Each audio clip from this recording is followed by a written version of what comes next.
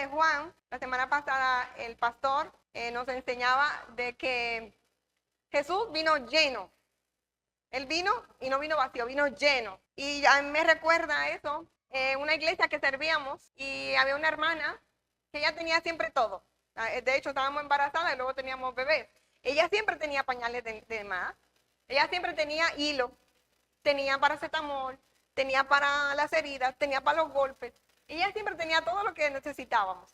Y cuando salíamos fuera de Tudela y salíamos, yo me sentía segura, porque si se me olvidaba algo, ella siempre tenía de todo. Ese es nuestro Jesús. En Jesús tenemos todo. Es lo que el pastor nos enseñaba, que Él vino a este mundo, pero no vino con insuficiencia como los seres humanos, sino vino lleno de gracia. Y hoy vamos a ver casi la misma línea, lo mismo. La semana pasada vimos que Él era el eterno, que Él vino y hizo su tienda entre nosotros.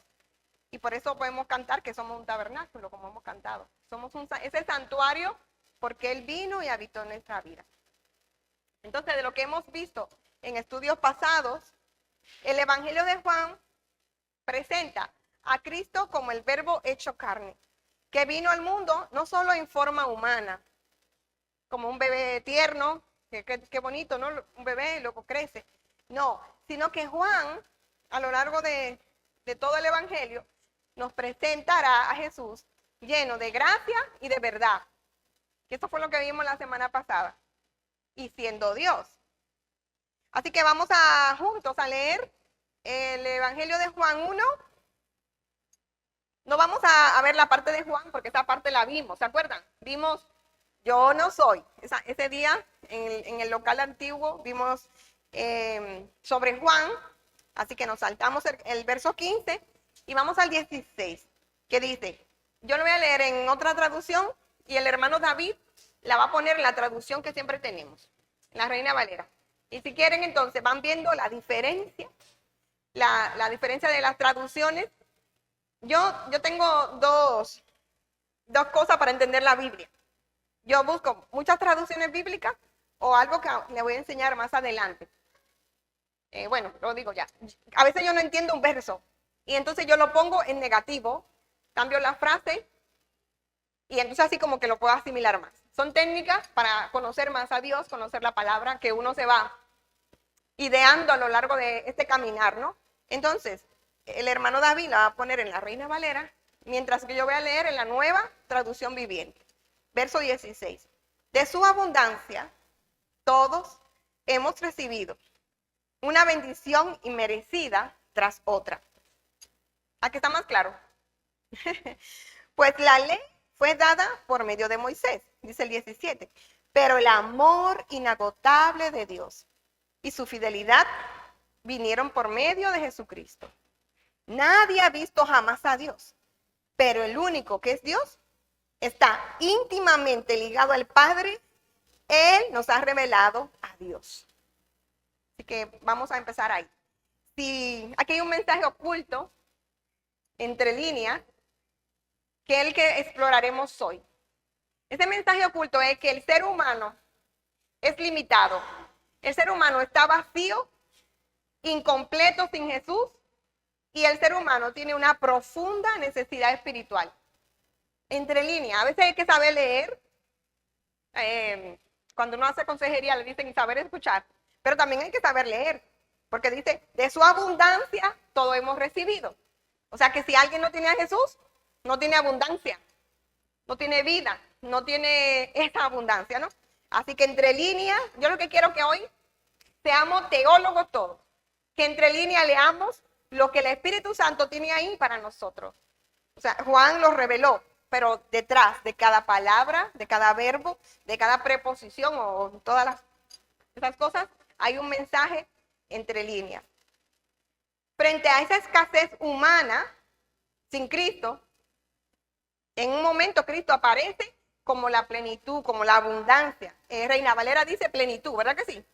Como la plenitud que completa lo que falta y da sentido a la vida. ¿Qué me diferencia a mí de mi vecina? Mi vecina es buena. Mi vecina regala cosas, es muy buena, la verdad. ¿Qué me diferencia a mí de mi primo o mi hermana que no sea cristiana? Lo que diferencia a un ser humano de otro, todos, de hecho, una de las lecciones veíamos, ¿cuál es la diferencia entre criatura e hijo de Dios?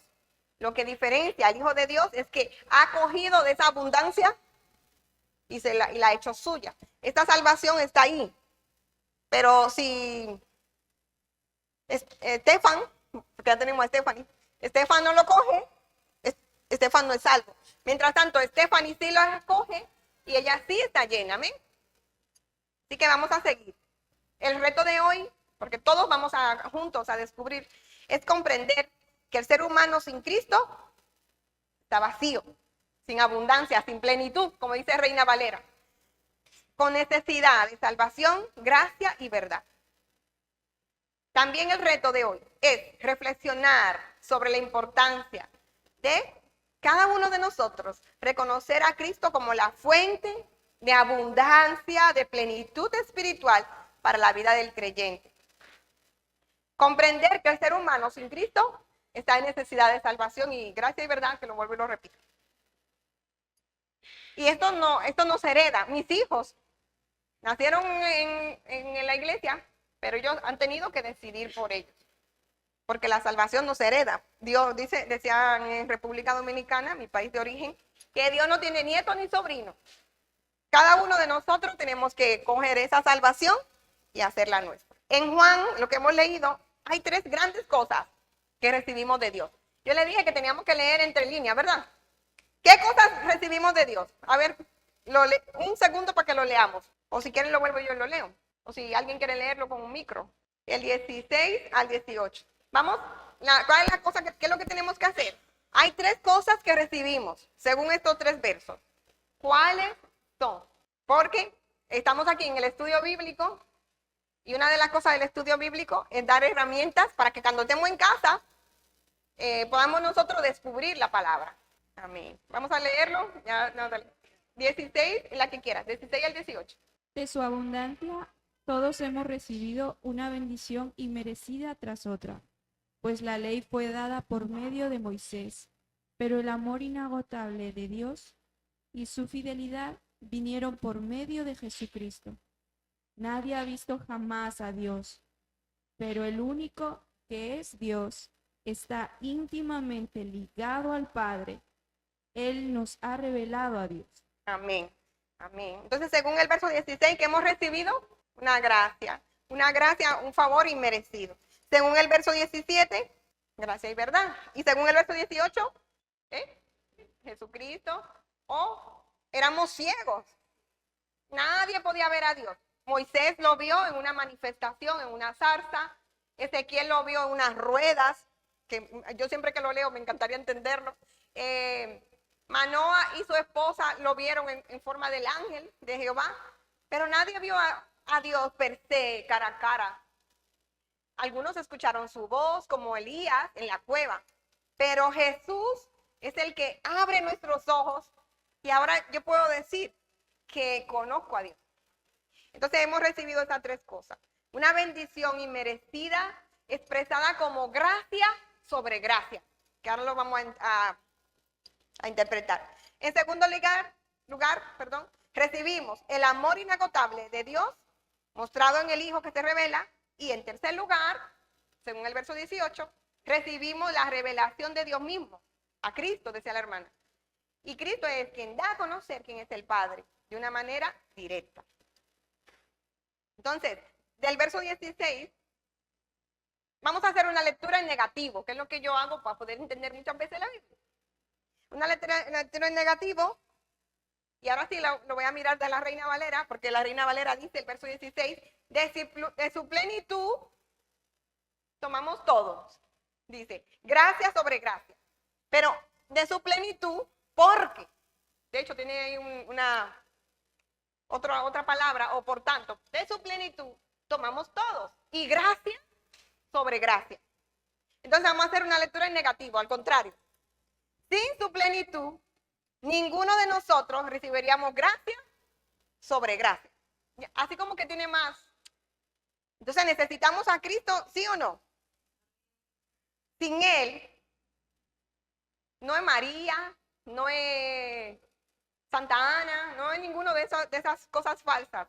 Sin Él no tendremos abundancia, que ahora vamos a ver qué significa. Esta palabra plenitud, uno nunca la usa. Bueno, voy al supermercado de la esquina a comprar una plenitud de arroz.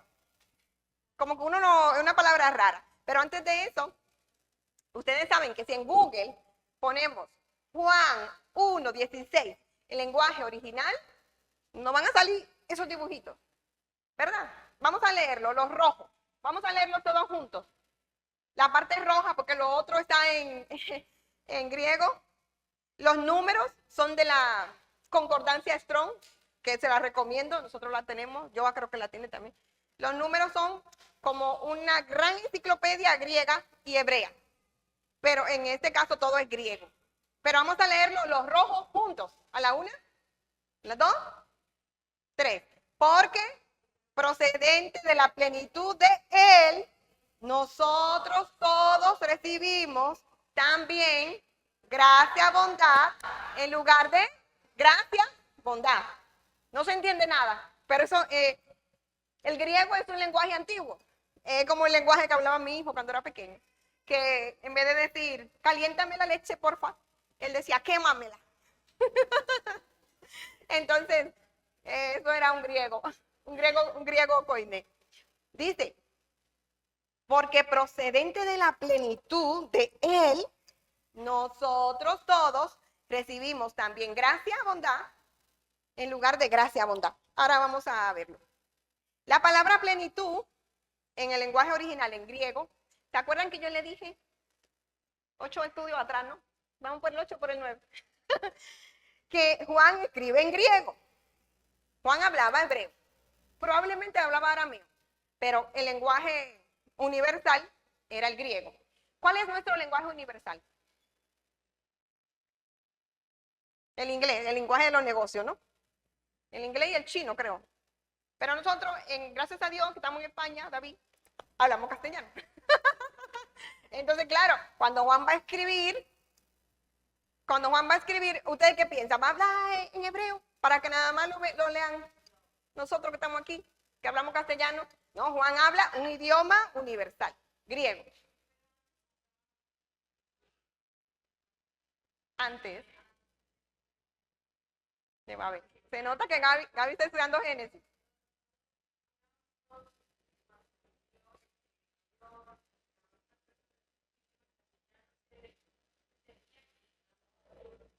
Sí. Antes hablábamos un mismo idioma, pero en la Torre de Babel, cuando ellos se quieren revelar en Génesis 11, Dios lo confunde y de ahí salen los idiomas. El reverso de eso, de lo que pasa en Génesis, no sé si es 8 o 11, es Hechos 2. Cuando el Espíritu Santo hace que todo lo que hablaban, castellano, inglés, chino, mandarín, francés, italiano, el Espíritu Santo hace que todos se entiendan. O sea, lo que pasa en Génesis, el Espíritu Santo en Hechos 2 lo resuelve. Entonces, pero claro, ellos entendían lo que pasaba, las lenguas que la gente habla, en realidad son esa capacidad de idioma. Pero aquí Juan, muy buena el paréntesis, muy bueno el paréntesis. Aquí Juan, como Juan escribe en griego, cuando él usa la palabra plenitud, él usa un sustantivo que es pleroma. Entonces él dice, de su pleroma, de su abundancia, todo hemos recibido. Significa plenitud, significa llenado, restauración, abundancia, lo que llena todo, un montón de cosas, pero yo elegí la más importante. Entonces, ¿cuál es el opuesto de abundancia? No tener nada. ¿Qué más? Por allá, vacío. Vamos a antónimo por allá atrás. Muchos antónimos. Desocupado. Entonces, mientras que pleroma es abundancia, hay otra palabra que creo que era que toma o algo así, que es vacío. Es decir, vamos a lo que venimos. Es decir, que cualquier gracia significa favor inmerecido. O sea, Daniela viene a mi casa, yo apenas hoy es que la veo, la primera vez, ¿no? Entonces, ella va a casa, yo le abro la puerta, pero no solamente eso, sino que le hago un café, le hago comida y también le doy helado. Eso es gracia, un favor inmerecido. Entonces, cuando Juan dice, de su plenitud todos hemos recibido, quiere decir que todo lo que tenemos, todo lo que tiene el creyente, viene de Jesús. Ni siquiera cuando tú lo recibes, que tú llegas a los pies de Cristo vacío, roto, que no puedes ni mirar hacia arriba, y el Señor toca tu corazón y entra, tú no hiciste nada, ¿verdad que no? Cuando el Señor nos vio, Él se enamoró de nosotros como éramos. Eso sí que es un amor ciego. Como éramos, sordos, ciegos, destruidos, rotos. Y esa es la gracia de Jesús. Pero tenemos que ver que viene de Él. Él es la fuente de gracia. Pero aquí hay una cosa de la cultura. Juan tiene un problema con los gnósticos. ¿Se acuerdan que lo dijimos de la primera vez? Con ese movimiento que estaba dentro de la iglesia, como hoy, que hay muchos movimientos dentro de las iglesias. Los gnósticos llamaban plenitud a otra cosa. Es como en República Dominicana, que nosotros decimos, hay una palabra de República Dominicana que aquí es otra cosa. Guagua. En mi país, la guagua es el autobús. ¿Verdad? Entonces, cuando Juan dice plenitud, está hablando de Jesús, pero los griegos que están escuchando dicen, perdona, se volvieron catalanes. Perdona, porque para los gnósticos la plenitud estaba arriba, dentro de la divinidad. Los espíritus, la inteligencia suprema, almas. Y era como una escalera. Fíjense que espíritu, inteligencia, almas. Todo lo que no es divino, todo lo que no es material, no puede hacer pleroma, no puede hacer plenitud. Entonces cuando Juan dice, muchachos, porque en su plenitud todos hemos recibido, ellos se quedan así, porque la plenitud no puede ensuciarse. La plenitud no es una cosa que tú la compras en el supermercado. Y entonces Juan le está diciendo, no es lo que ustedes piensan. La plenitud viene de arriba. Los gnósticos, en los tiempos de Juan, ¿se acuerdan en qué año escribe Juan? A ver, un poquito más. Los que vinieron de la primera vez, son chicos jóvenes que sacan 7 en el cole. ¿En qué año escribe Juan todo eso? Jesús muere en el 40. 90, caliente, caliente, caliente. 92. Del 92 al 95, muy bien. Del 92 al 95. ¿Saben cómo en la línea, cómo yo me ubico? Jesús muere en el 33. Lo redondeo al 40. En el 70, un emperador quema el templo. Eso no lo dan en la escuela, lo daban en la escuela. En el 70, el emperador Tito quema el templo de Jerusalén. Juan está vivo, ya hay algunos que están muertos. Y claro, sigue la historia. Y en el 90 de nuestra era, después de Cristo, 90, 95, Juan escribe. Porque claro, las generaciones que vienen, los hijos de los hijos de los hijos, que nacieron en el 40, en el 90 tienen casi mi edad. Y hay un rum, dicen en República Dominicana, hay una secta que está diciendo que Jesús no era hijo de Dios. Esos son los gnósticos. Entonces Juan le dice, perdonen, pero le tengo un mensaje desde el cielo.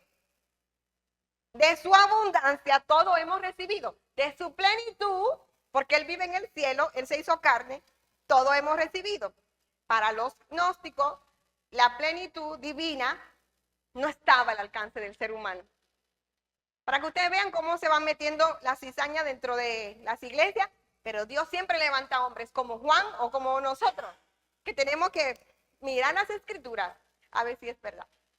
Según los gnósticos, esa secta, el ser humano debía ascender paso a paso a través de niveles para acercarse a Dios.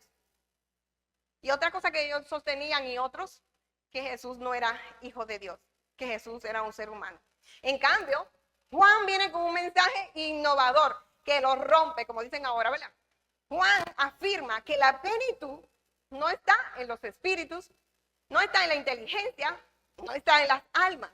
La abundancia, eso que pone gracia sobre gracia, gracia sobre gracia, se encuentra plenamente en Cristo, quien permite, o sea, tú lo tienes en Cristo, gracia es lo que no te mereces. Y eso que luego, cuando llegamos a Jesús, llegamos como rotos, sin ropa, desnudos del pecado. Y bueno, al domingo vengo a la iglesia y me compro una falda larga, y me quito el pendiente, no sé. Eso me hace merecer más gracia. Porque la gracia y la plenitud viene de Él. Sí que tenemos que cambiar. Tenemos que cambiar. Y ustedes lo saben que siempre machaco. Porque la enfermera, ¿cómo identifico a la enfermera en el hospital? Por su identidad. O al poli, ¿cómo lo identifico? Por su identidad. El cristiano tiene que tener una identidad. Pero que sepáis que la gracia ya la hemos recibido. Pero sí tenemos que seguir con la identidad. Porque claro, o eres cizaña o eres trigo, porque los demás son la única Biblia que yo voy a leer. Yo llego a una fábrica o llego a la sala de un hospital y mi comportamiento le va a decir a esa persona cómo yo soy, qué contexto tengo, y si soy cristiana, yo voy a hacer esa Biblia abierta que ellos van a leer, y por eso tenemos que tener identidad, ¿verdad?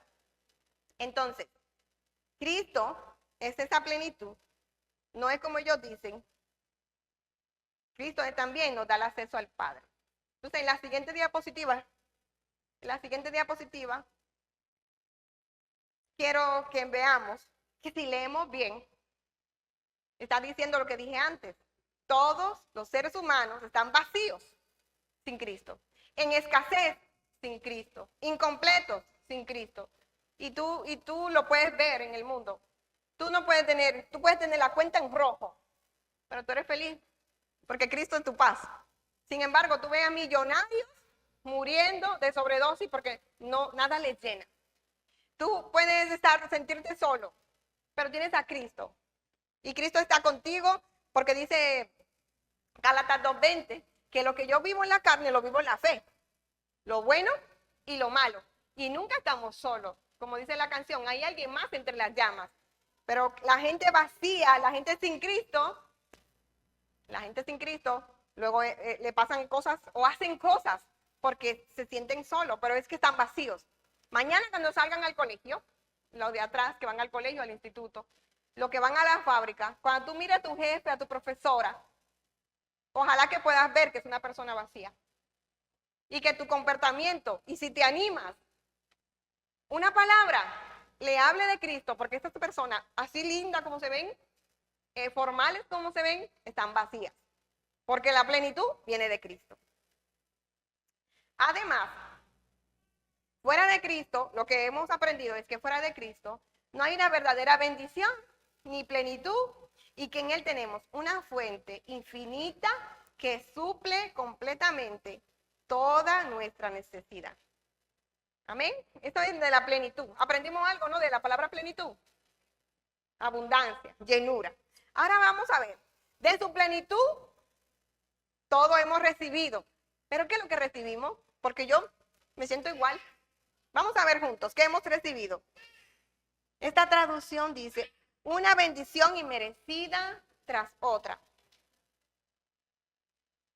Y la Reina Valera dice, la Reina Valera, que es la que más leemos, dice que recibimos gracia sobre gracia.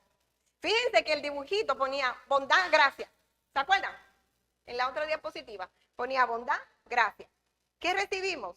La gracia y la bondad.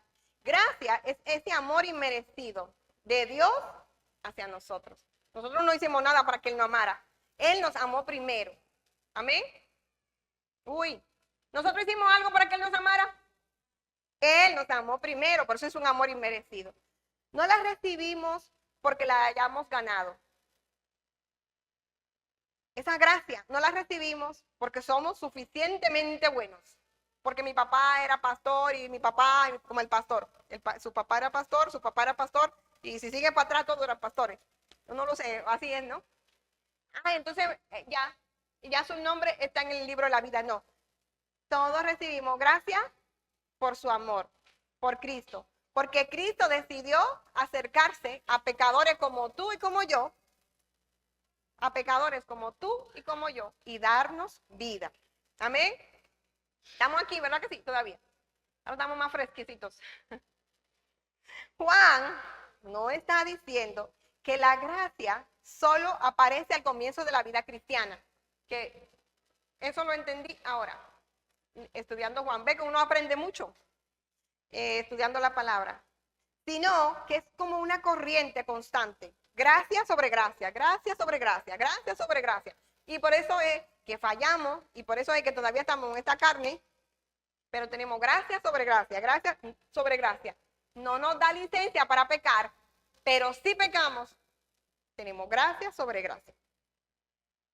Él no está diciendo que la gracia solo aparece al comienzo de la vida cristiana, sino que es como una corriente constante que fluye desde Cristo hacia el creyente, desde Cristo hacia el creyente. Y por eso es que nosotros cada año vamos conociendo a Dios de una manera diferente, porque su gracia es suficiente.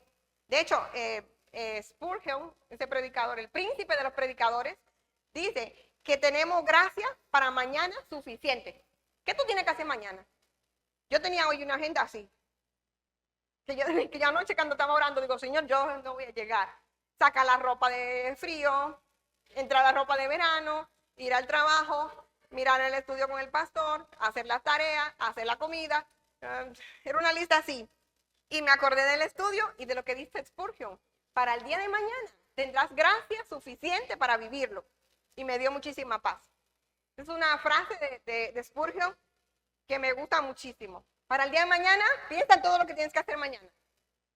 Tendrás gracia suficiente para vivir. Hay gracia para creer. Hay gracia para cambiar.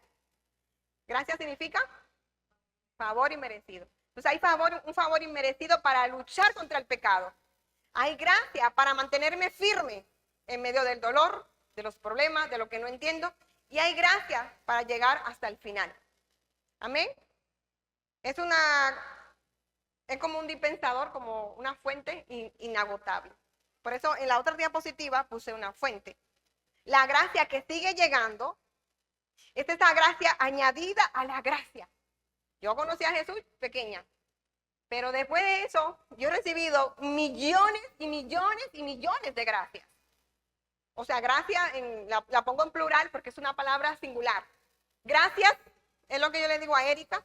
Gracias, Erika. Eso es agradecer. Pero la palabra gracia va sin ese, porque es favor inmerecido. La gracia es nueva para cada necesidad del creyente. Por eso, de su abundancia, de su plenitud, todos hemos recibido una bendición inmerecida tras otra, tras otra, tras otra. Reina Valera dice una gracia sobre gracia. ¿Cómo bajamos eso de Juan, de los griegos, de los gnósticos, de todo el mundo a mí? Pues con un ejemplo. Imaginemos un árbol con hojas verdes, de esos de mango, eso, de República Dominicana. Pero este árbol nunca se queda sin hojas. Y cuando cae una hoja, sale otra hoja. Cae la hoja vieja, sale otra hoja. Entonces ese árbol es como la gracia, gracia sobre gracia, gracia sobre gracia. Y la vida del creyente, por eso cuando venimos a Cristo, somos del tamaño de David. Así era yo y vas creciendo, vas creciendo, vas creciendo. Pero es su gracia, el abono, es su amor, el Espíritu Santo. No somos los mismos. No somos los mismos de la primera vez. Y si somos los mismos, por eso venimos al estudio bíblico. ¿Verdad que sí? Para que crezcamos. Cada vez que una hoja de ese árbol cae, rápidamente brota una hoja nueva en su lugar para mantener el árbol verde. Entonces cuando Juan dice gracia sobre gracia, bondad sobre bondad, es eso, que mañana la gracia que yo he tenido hoy para hacer todas mis cosas va a ser nueva. Va a haber gracia mañana. No es que yo me levanto, me bebo mi café o el café malo que me deja alguien que yo conozco. Bebo mi café, pongo mi galleta, mi pan con esto. Y cuando yo hago así, Jesulín, se acabó la gracia. Y yo llamando a David, Jesulín, se acabó la gracia, no tenemos gracia, no hay gracia para nadie. Eso va a pasar en la gran tribulación, ¿eh? Ahora bromeamos, pero en la gran tribulación es lo que va a pasar. No va a haber gracia, no va a haber misericordia. no va a haber plenitud. Por eso nosotros somos afortunados, porque hoy tenemos gracia sobre gracia. Esto es gracia en vez de gracia, hermanos. En el momento que se agota la gracia que usaste ayer, yo no tengo que ir de Ramón a buscar gracia. Es como la sal, que a nadie se le acaba la sal en la casa. Casi a nadie. A mí sí, a mí se me acaba. Yo no voy a ir donde Ramona, dame un chin de gracia mañana, dame un poco de gracia mañana. No, porque la gracia viene en abundancia porque la da Dios a través del Cristo. Dios, por medio de Cristo, ya tiene para mañana un brote nuevo de amor, perdón y todo lo que necesitamos para la vida. Eso es gracia. Gracia es todo lo que tú necesitas mañana para la vida, para esta vida. Dice Pedro, no me acuerdo ahora el capítulo, que dice, en Cristo tenemos todo lo que necesitamos para la vida de que el trabajo, mis hijos, no sé qué, y para la piedad. Lo que pasa es que a veces nosotros no cogemos esa palabra. Amén. El suministro de gracia nunca se interrumpe. Ay, se fue la gracia. Como el agua que se va, ¿no? En algunos lugares. El suministro nunca se interrumpe. Y recibimos una bendición tras otra. Aquí es donde el cristiano falla. Porque cuando las cosas van mal, como pasa muchas veces, ¿dónde está la gracia? Y yo oraba hoy en el trabajo. Y yo decía, necesitamos empezar a ver la gracia en lo malo. Hay una historia de la Segunda Guerra Mundial de Corrie ten Boom, creo que se llama, una chica que escondía a judíos. Y ella escondía a judíos del exterminio nazi, del holocausto, de los alemanes nazis y todo eso. Pero luego la descubren, a ella, a su hermana y a su papá. Y en esos días muere el papá, no sé qué. Y ellos van a un campo de exterminio, ella y su hermana. Pero sucede que, aparte de que los nazis eran tremendos, 1939 al 45, Segunda Guerra Mundial, los nazis eran tremendos y tenían su cosa montada de matar, ¿no? Y ya estaban ahí. Y de repente entran a ese lugar y tienen pulgas. ¿Dónde está la gracia? ¿Voy a dar gracias por pulgas? Estoy encerrada con estos asesinos y encima tengo pulgas. Pues, ¿saben qué pasó? Que esas pulgas que ellos tenían en la cárcel permitieron que los soldados nazis no entraran. Así que ellos en la cárcel hicieron un estudio bíblico y estudiaban la Biblia, porque como ellos no entraban por las pulgas, claro que sí que le picaban las pulgas, pero ellas fueron capaces de ver la gracia en lo malo. Es muy difícil, pero siempre hay gracia. Amén. Lo que tenemos es que orar al Señor que nos enseñe a ver la gracia también en lo malo, porque en lo bueno es muy fácil. Bueno, pues me casé, fui feliz, comí perdices. Cuánta gracia. Pero bueno, me casé y me fue mal. Bueno, tuve un trabajo, me fue bien, me nombraron, papá. Bueno, tuve un trabajo, me echaron, me hicieron bullying. En todo eso también tenemos que ensayar, tenemos que practicar encontrar la gracia. Porque gracia siempre hay. Amén. Pero es difícil, pero hay. Así que lo que tenemos que orar, Señor, abre mis ojos. Yo quiero verte, yo quiero ver tu gracia. Hay otra frase en Reina Valera. Dice, de su plenitud todos hemos recibido gracia sobre gracia. Entonces, ¿quiénes son todos? ¿Todo el mundo mundial? ¿Los buenos, los malos? ¿Los demonios, los ángeles? Todos hemos recibido. Cuando leamos Juan, vamos a ver que hay dos tipos de personas. Los que no reciben a Jesús, que lo vimos hace 3 miércoles, y los que sí reciben a Jesús. Entonces, ¿quiénes son los receptores de esa gracia? ¿Los que no reciben a Jesús o los que sí reciben a Jesús?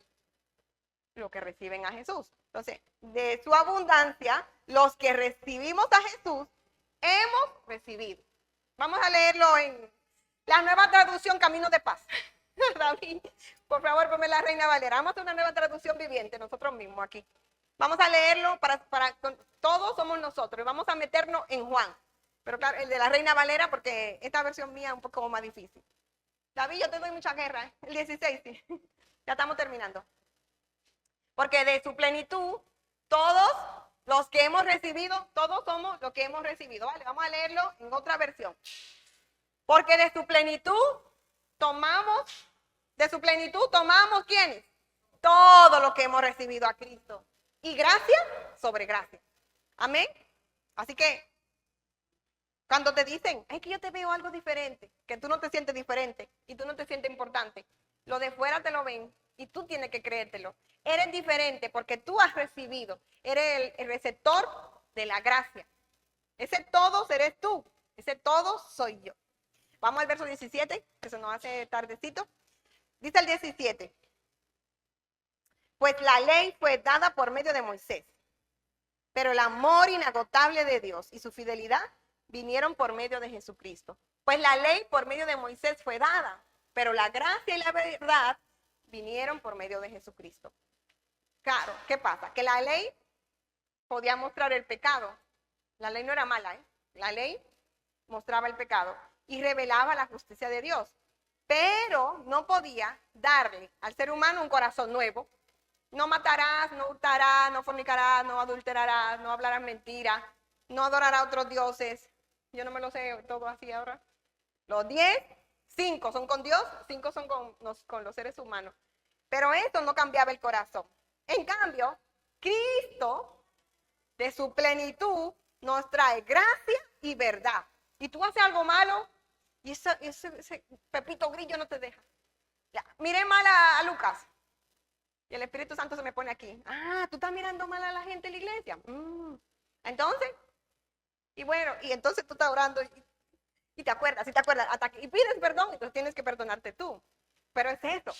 Porque cuando tienes a Jesús, la letra de abajo, la letra pequeña, dice que también tienes al Espíritu Santo. Y el Espíritu Santo nos convence de pecado. Y por eso cuando fallamos, eso que te está por ahí carcomiendo, el remordimiento que decimos, no, el Espíritu Santo, tienes que arreglar eso, tienes que pedir perdón. Amén. Cristo trae gracia y verdad y al Espíritu Santo. No solo muestra el camino al Padre, sino que Cristo mismo provee lo que necesitamos para ser salvos y transformarnos. Somos salvos y nos quedamos aquí. Yo siempre le preguntaba a mi profesora de clase bíblica, yo también era bien preguntona cuando chiquita. ¿Y por qué si acepté a Jesús no me fui para el cielo? Porque ya era salva, ¿no? Sin embargo, en la sabiduría de Dios, aceptamos eso y nos quedamos aquí. Transformándonos cada día, de gloria en gloria, cada año. Y para que seamos luz a otros. Eso es lo que trae Cristo. Esa gracia para ir transformándonos, para hacer como ese árbol que se le cae la hoja, pero tiene una hoja nueva. Amén. Así que si tu conciencia te está acusando porque has hecho algo, estás haciendo algo o piensas hacer algo, el Espíritu Santo que se está hablando. Para que reciba de su plenitud tomamos todos. Claro, pero eso tiene la letra pequeña de que cuando vas a fallar, hay alguien que se te va a oponer. Aparte de tu mamá, tu papá, que Dios usa también otras personas, el Espíritu Santo te está diciendo, no lo hagas, no lo hagas. Y a veces es audible. A mí me ha pasado que cuando escuchas, es audible, o sea, porque somos muy cabezaduros. Hay dos tipos de leyes. ¿Sabían eso? Hay dos tipos de leyes en el Antiguo Testamento, este lado de la Biblia. La ley moral, que es la que Dios le dio a Adán, y la ley de Moisés. La ley de moral, la que le dieron a Adán, Dios le indica a Adán lo que debe hacer para agradarle. Multiplíquense, subyuguen la tierra. Luego viene la ley moral más la ceremonial con Moisés. Para guiar al pueblo, para revelar el pecado, para anunciar simbólicamente la salvación en Cristo. No es que Dios esté improvisando, ¿eh? Dios tiene planes. Y entonces, todo eso apunta a Cristo. En el verso 18, si lo leemos así por encima, no nos damos cuenta que somos ciegos. Es lo que está diciendo. Mira, si di en una palabra el verso 18, todos somos ciegos sin Cristo. Eso es una versión camino de paz también. Pero a veces leemos y no leemos. Yo misma soy la primera. Leemos y no leemos. Dice, nadie ha visto jamás a Dios. Pero el único, que es Dios, está íntimamente ligado al Padre. En esta versión, la Reina Valera usa una frase que es unigénito. Unigénito, el único. De hecho, esta versión dice, pero el único que es Dios está ligado al Padre. El unigénito de la Reina Valera, de esa traducción, no apunta al nacimiento terrenal de Jesús, sino está ahí para describir la relación amorosa, única del Hijo con el Padre. Uni significa único, único. Este pasaje no niega, además, que algunas personas no vieran a Jesús, a Dios, porque ellos no vieron a Dios, ellos vieron manifestaciones de Dios, como Noé o Enoc, que Enoc hasta se fue, como Elías, que escuchó su voz, o como Moisés o los profetas, pero nadie vio a Dios, ¿verdad que no? Sin embargo, en Jesús sí lo vemos. Los profetas transmitieron lo que Dios les reveló, pero Jesús dio a conocer perfectamente al Padre porque le conoce tal como es. De hecho, en Juan 6, el pleito que se arma, en Juan 6, que lo vamos a ver como en 2 años cuando llegue, se arma el pleito porque los judíos no conocían a Dios, hablaban. Una religión lo que hace es que habla, bla, bla, bla, bla, pero no vive. Entonces, Jesús vino a que conozcamos al Padre. ¿A qué vino Jesús? A que conozcamos al Padre. Lo que enseña Jesús, o lo que enseña el texto, es que nadie ha visto plenamente la esencia de Dios. Si no fuera por Jesús, ni le conocería. Entonces, en la Reina Valera hay una palabra que dice en el seno, ¿no? Tendríamos que volver a poner la Reina Valera. De verdad que la próxima me traigo mi Reina Valera. Me traigo 2. Me tienen que poner un trozo aquí. Sí, nadie, porque dice, nadie ha visto, David, si me lo puedes poner o no. Dice, a Dios nadie vio jamás. El unigénito Hijo que está en él, en el seno del Padre, Él le ha dado a conocer. Esa palabra en el seno del Padre, nosotros no la usamos. Pero en esa costumbre que escribe Juan, era que durante las comidas, la gente se recostaba. No sé cómo podían comer así recostados. Entonces se recostaban. Estar en el seno de alguien no significa lo que parece, sino apoyarse así como con confianza o estar reclinado muy cerquita de la otra persona, en una posición de confianza. Como por ejemplo está la niña en los brazos de o como están Joel y Averly, ¿no? Una posición de confianza, de que hay complicidad, intimidad, de que yo te conozco y macho, por lo que hacemos, ¿no? Chocamos, esas cosas que hacemos, hoy hacemos choque, hay gente que tiene saludo, vaya, no, los dominicanos decimos, ¿qué es lo que? Son cosas, ¿no? De las costumbres. Pues para ellos estar en el seno del Padre era eso. Jesús estaba cerquita de Dios, porque además le era Dios.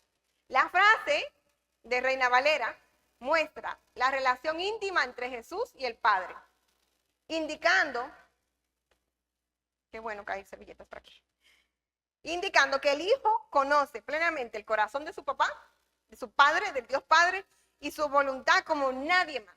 De hecho, cuando a Jesús le ponían, los fariseos, le ponían que lo querían matar, él decía, a mí nadie me quita la vida. Porque él conocía que tenía un tiempo determinado. Ojalá que lleguemos a conocer a Dios y sus tiempos y su forma de actuar. Dios es el mismo, siempre. Y Jesús nos lo ha dado a conocer. Y ya para terminar, hemos visto que recibimos gracia sobre gracia. Hemos visto que éramos ciegos, pero en Jesús somos capaces de ver al Padre. También hemos visto que Jesús tenía una intimidad especial con Él y Él vino a revelar eso. Ahora vamos a hacerlo esto nuestro. Vamos a abrazar esto con una pregunta. Si en Jesús ya tenemos toda la plenitud, pleroma dijimos que era, ¿no? En griego. Tenemos todo y somos felices más que Blancanieves. ¿Por qué muchas veces nos sentimos en bancarrota espiritual? Hemos leído que de su abundancia, no, Alberto, Aberlin, Joel han recibido. O todos, de su abundancia todos hemos recibido. Reina Valera dice, de su plenitud recibimos todo. Gracia sobre gracia, gracia en vez de gracia. Pero entonces, si todos hemos recibido, ¿por qué hay cristianos zombies? Muertos, como muertos. No que estamos, como muertos. Una comparación. O en bancarrota espiritual. ¿No han pensado eso? ¿Por qué hay cristianos que se sienten vacíos? A veces nos sentimos en bancarrota espiritual porque yo he estado ahí. O sea, ¿saben lo que es bancarrota? Y ya tú no sabes orar. Y tú estás así. ¿Y qué digo? ¿Y qué hago? Y cuando vienes a la iglesia, tú no sientes nada. Y te paran en la puerta y nada. Bancarrota. Muchas veces, ya el pastor hablará de eso, es abuso espiritual. El abuso espiritual es que doy, y no me lleno, que hablábamos la hermana y yo esta tarde, del libro de Peter Saracero, que estamos leyendo en casa de una tarea. Él dice que un síntoma de una espiritualidad enferma es trabajar para Dios, pero sin Dios. Imagínate que tú trabajas en una fábrica que se llama Camino de Paz. Es una empresa, Camino de Paz. Y el dueño es Jehová. Tiene 3 dueños. Súper poderoso. Jehová, Jesús y el Espíritu Santo. Y tú trabajas en esa empresa. ¿Cómo se llama la empresa? Camino de Paz. Y tú tú tienes un cargo súper, bueno, la limpieza. O en los vasitos de la comunión, lo que tú quieras poner. Raya, lo que tú quieras poner. Y tú trabajas y te esfuerzas y haces y llegas primero y sale último. Pero tú no conoces a los 3 dueños. ¿Cómo tú te sientes cuando acabas de trabajar en la empresa que se llama Camino de Paz? Cuando tú haces todo lo que tienes que hacer en esa empresa. Dicho, la iglesia. Vamos a bajarlo más. Tú trabajas en la iglesia. Mucho. Llegas temprano, tú lo das todo, a tal punto que cuando llegan los domingos es para el sofá, con el airecito o con el abanico. Y tú estás en todas las cosas y todo.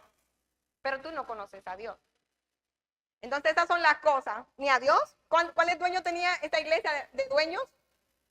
Dios, Jesús y Jehová. Esos son los dueños, no es Abel Bier, no es Jacob Bier, ni nosotras, ni los colaboradores. Aquí hay 3 dueños, o en suma, un dueño. Y si trabajamos y nos olvidamos de leer la Biblia, y si venimos, hacemos todo, pero nos olvidamos de orar y de cantar a veces. No importa si tú cantas feo, hay que cantar en la intimidad también. Puedes hacer todo, puedes hacer de todo, pero si te olvidaste de los dueños de la empresa, bancarrota espiritual. A veces nos sentimos en bancarrota espiritual porque es un sentimiento, no es una realidad por nosotros mismos. Porque teniendo la plenitud de Cristo, la abundancia de Cristo, preferimos buscar satisfacción en las cosas del mundo. O el cansancio o el abuso espiritual que hablaba. O sea, el abuso espiritual es eso, que yo canto, ustedes saben que yo a veces soy suplente en la alabanza. Y claro, yo me puedo hacer todas las canciones y no adorar, porque yo vengo a escuchar el do, re, mi y el tu, tu, tu, tu, tu, tu, tu, tu, y yo olvidé cantar, yo olvidé adorar. Y más si no oro, y estoy mirando el reloj, y estoy mirando no sé qué. Tenemos que, es duro, pero entre todo lo que hacemos aquí, sobre todo lo que trabajamos, tenemos que tener la capacidad de, como Nehemías tenía en una mano la espada, y en otra mano estaba enseñando, miren, eso no es así, la palabra dice eso. Soy ujier, pero mientras estoy en la puerta yo estoy intercediendo. Soy cantante, pero estoy orando por el nuevo que está en la esquina o por el pastor. Soy profesora de clase bíblica, pero voy a orar por la clase y voy a orar por mí, sobre todo, por mí lo primero, porque a veces eso se llama abuso espiritual. O a veces nos llenamos de las cosas del mundo. Dios lo explica así, el diagnóstico. Jeremías 2:13, el diagnóstico. 2 males ha hecho mi pueblo. Me dejaron a mí, fuente de agua viva, y cavaron para sí cisternas rotas, que no retienen agua. Eso significa que muchas veces tenemos a Dios, hablamos de Dios, nos vestimos como la gente de Dios, pero estamos vacíos. Una cisterna rota, no sé, es un hoyo, como un pozo. Y tú le echas agua, y tú le echas agua, y le echas agua, y se va el agua por otro lado. Eso es cuando no tomamos toda la plenitud. La bancarrota espiritual es un sentimiento, es la verdad. Pero la realidad es que en Jesús estamos completos. ¿Cómo estamos en Jesús? completos. Porque dice Colosenses 2, 9 y 10, que en Él habita corporalmente toda la plenitud de la deidad. Y ustedes están completos en Él, que es la cabeza de todo principado y toda potestad. Entonces, no importa cómo tú te sientas, bancarrota, o no sé qué es lo contrario de bancarrota, ay Dios mío, esa no la busqué.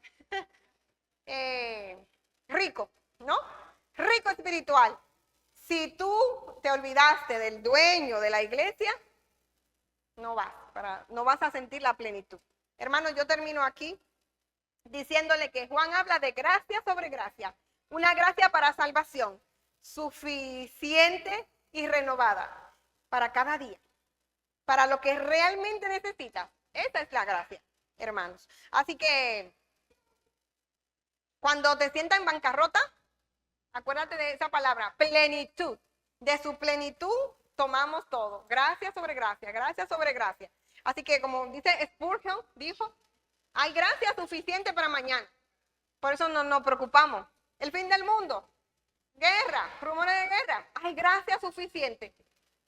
No sabemos cómo va a ser la gracia, que igual que no nos va a dar hambre. Yo siempre digo, cuando hay una guerra, yo soy la primera porque me da mucha hambre. Pues la gracia igual es que no me da hambre. No tenemos que comernos el coco. Hay gracia para mañana, para pasado. Y no va a ser la misma de hoy. Así que le entrego a Lucas y que sigamos leyendo y reflexionando en el mensaje. Amén.